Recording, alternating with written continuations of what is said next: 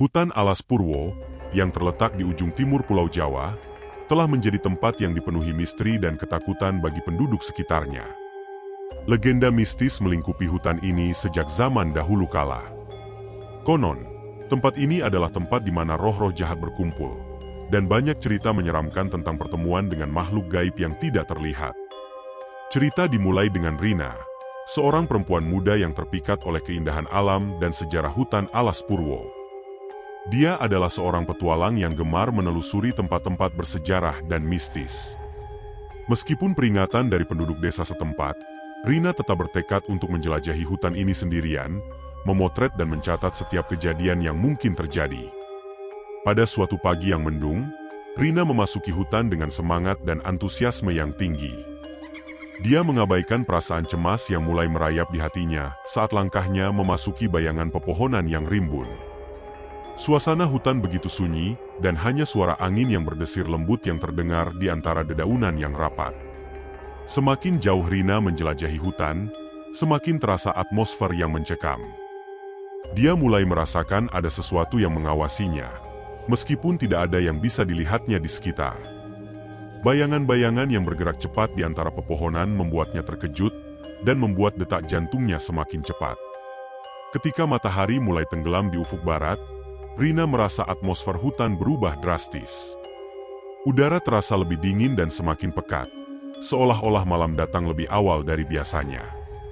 Suara-suara aneh mulai terdengar di sekitarnya, celotehan jauh yang tidak jelas dan langkah-langkah ringan di tanah hutan.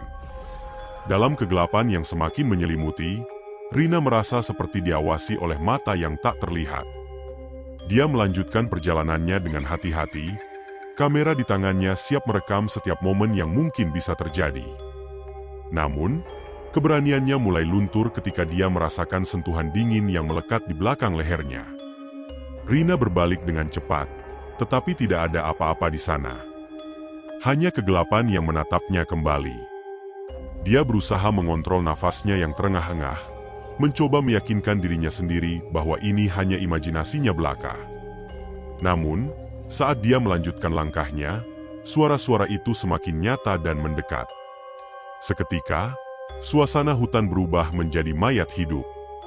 Rina mendengar tawa mengejek di antara dahan-dahan, suara yang membuat bulu kuduknya merinding.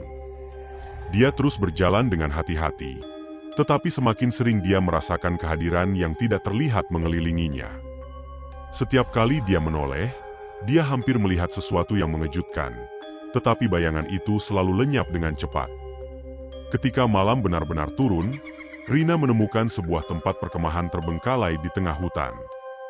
Api unggun yang sudah padam, sisa-sisa tenda yang koyak, dan perabotan yang berserakan di tanah memberikan kesan bahwa tempat ini ditinggalkan secara mendadak. Rina merasa semakin yakin bahwa ada sesuatu yang mengerikan terjadi di tempat ini, sesuatu yang tidak boleh diabaikan begitu saja. Saat dia meneliti lebih dekat, Rina menemukan selembar catatan yang ditinggalkan di meja kayu. Catatan itu berisi cerita tentang seorang petualang yang menghilang secara misterius di hutan ini beberapa tahun yang lalu. Deskripsi kejadian itu begitu mengerikan sehingga membuat bulu kuduknya merinding.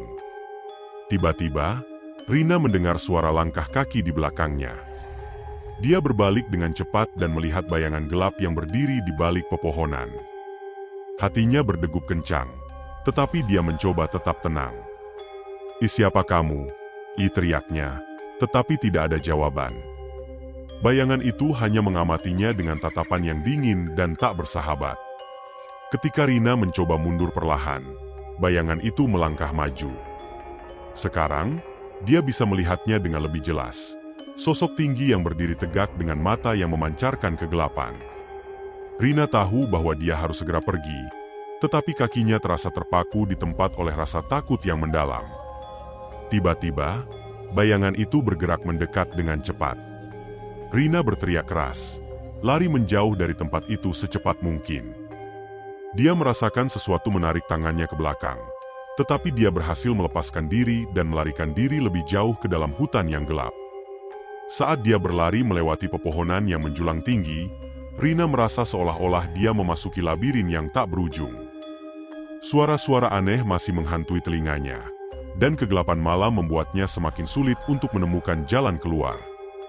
Dia merasa terjebak di dalam perangkap yang ditarik oleh kekuatan gaib yang tak terlihat.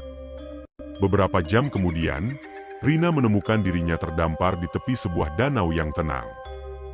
Dia duduk lemas di tepi air, mencoba menenangkan dirinya setelah pengalaman mengerikan yang baru saja dia alami.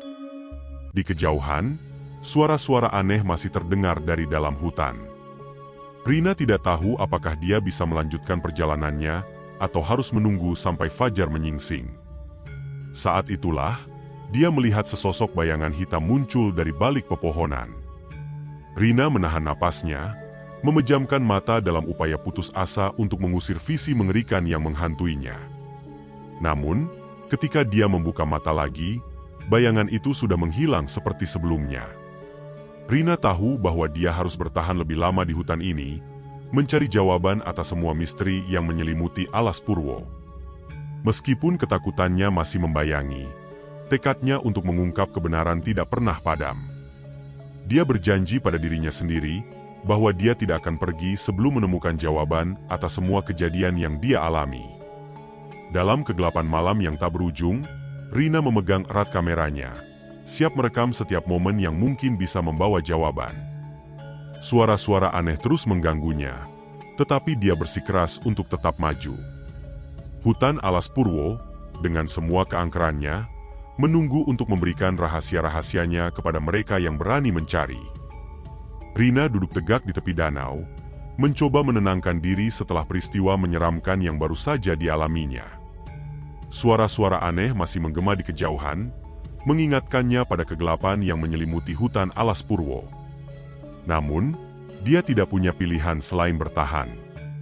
Waktu terasa berjalan lambat di dalam hutan yang sunyi ini, di mana setiap suara terdengar begitu jelas di telinganya. Saat fajar mulai menyingsing perlahan, Rina memutuskan untuk melanjutkan perjalanan. Dia bergerak dengan hati-hati melintasi jalur yang tidak begitu jelas di antara pepohonan yang rimbun. Setiap langkahnya diiringi oleh perasaan tegang yang tak terelakkan, tetapi tekadnya untuk menyelesaikan misinya tidak pernah goyah. Saat matahari terbit sepenuhnya, cahaya pagi menyinari hutan dengan kehangatan yang kontras dengan atmosfer mencekam yang masih terasa. Rina terus mencari petunjuk, mencatat segala sesuatu yang bisa menjadi bukti keberadaan makhluk-makhluk gaib yang diakini menghuni tempat ini. Beberapa hari berlalu tanpa kejadian mencolok. Rina terus menjelajahi hutan dengan tekun, mencari jejak-jejak keberadaan yang bisa memberikan jawaban atas semua pertanyaannya. Setiap malam, dia merasa adanya pengawasan yang tak terlihat, tetapi tidak ada insiden yang signifikan terjadi. Sampai suatu malam yang gelap gulita. Pada malam itu, angin berhembus dengan keras di antara pepohonan. Rina merasa ada kehadiran yang tak diinginkannya di sekitarnya. Dia merasakan getaran aneh di udara, seperti energi negatif yang menyerang secara halus. Kamera di tangannya gemetar saat dia berusaha untuk tetap fokus, meskipun rasa takut yang menyelubungi dirinya semakin tak terkendali. Tiba-tiba, dari balik bayangan pepohonan, muncul sebuah sosok yang tidak bisa dijelaskan dengan kata-kata. Tinggi besar, berbalut gelap, dengan mata yang memancarkan kegelapan yang dalam. Rina tahu ini bukan bayangan biasa. Ini adalah keberadaan nyata yang menghadapinya. Idekatilah. Suara serak itu menggetarkan hatinya.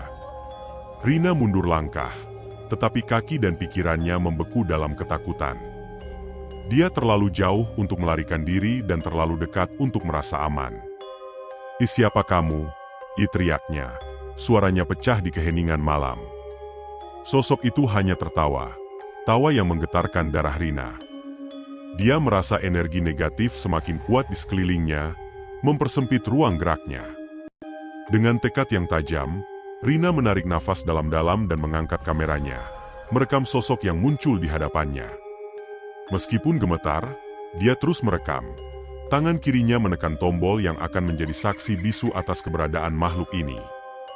Namun, tiba-tiba, sosok itu menghilang. Seperti sebelumnya, Rina ditinggalkan dengan kegelapan hutan yang menyelimuti. Dia merasa lega, tetapi kelegaannya tidak berlangsung lama. suara-suara aneh kembali mengisi hutan, memenuhi telinganya dengan serangkaian cemoohan yang tidak manusiawi. Dengan hati-hati, Rina melanjutkan langkahnya. Dia tahu bahwa apapun yang baru saja dia alami adalah bagian dari kebenaran yang lebih besar tentang hutan alas Purwo. Dia harus menemukan jawaban, bukan hanya untuk dirinya sendiri, tetapi untuk semua yang pernah merasakan ketakutan di dalam hutan ini. Hari-hari berlalu tanpa henti. Rina tidak lagi merasa sendirian di hutan ini. Dia merasa diawasi oleh kehadiran-kehadiran yang tidak terlihat tetapi selalu hadir di antara bayangan-bayangan pepohonan. Setiap langkahnya diikuti oleh sensasi yang tidak menyenangkan, tetapi dia tidak menyerah. Suatu hari, ketika dia hampir kehabisan harapan, Rina menemukan sebuah gua tersembunyi di dalam hutan. Gua ini tampaknya tidak pernah terjamah, tersembunyi di balik rimbunnya pepohonan. Dengan hati-hati, dia memasuki gua itu, merasakan adanya keberadaan yang kuat di dalamnya. Di dalam gua yang gelap, Rina menemukan artefak kuno yang memberikan petunjuk tentang sejarah dan kehidupan di hutan alas Purwo. Dia merasa ada sesuatu yang ingin memberitahukannya, sesuatu yang terkait dengan semua misteri yang menyelimuti tempat ini selama berabad-abad. Dengan semangat baru, Rina melanjutkan penelitiannya. Dia menyelidiki lebih dalam, mencari jawaban atas keberadaan makhluk-makhluk gaib yang seringkali dianggap sebagai hantu-hantu atau jin-jin oleh penduduk setempat. Setiap malam, dia kembali ke gua itu, belajar dari artefak-artefak kuno yang memberikan petunjuk tentang asal-usul dan tujuan kehadiran mereka. Malam demi malam berlalu, dan Rina semakin dekat dengan kebenaran yang telah lama tersembunyi. Dia merasa energi negatif di sekitarnya semakin memudar, seolah-olah makhluk-makhluk gaib itu tidak lagi merasa terancam oleh keberadaannya. Hutan alas Purwo, dengan semua keangkerannya, mulai membuka rahasianya kepada Rina, orang yang berani menantang takdir. Di penghujung perjalanannya, Rina menemukan sebuah makam kuno di dalam hutan. Makam ini tidak biasa. Di sini terbaring sosok yang diyakini sebagai penjaga hutan alas Purwo. Rina merasa seperti menemukan kunci terakhir untuk memahami semua yang dia alami selama ini. Dengan hati-hati, dia membuka buku harian penjaga hutan yang terletak di samping makam. Buku harian itu berisi cerita tentang pertarungan antara kebaikan dan kejahatan yang terjadi di dalam hutan ini. Rina membaca dengan penuh perhatian, mencatat setiap kata demi kata sebagai bukti dari keberadaan makhluk-makhluk gaib yang dikenal oleh penduduk desa sebagai penjaga kehidupan dan keseimbangan di hutan ini. Akhirnya, Rina menemukan jawaban yang dia cari. Makhluk-makhluk gaib di hutan alas Purwo bukanlah entitas yang bermaksud jahat. Mereka adalah penjaga alam, melindungi hutan dari ancaman yang datang dari luar. Rina merasa lega, mengetahui bahwa dia telah memecahkan teka-teki yang selama ini menjadi sumber ketakutan dan kegelisahan bagi penduduk setempat. Dengan pengetahuannya yang baru, Rina kembali ke desa Kemiren sebagai pemenang.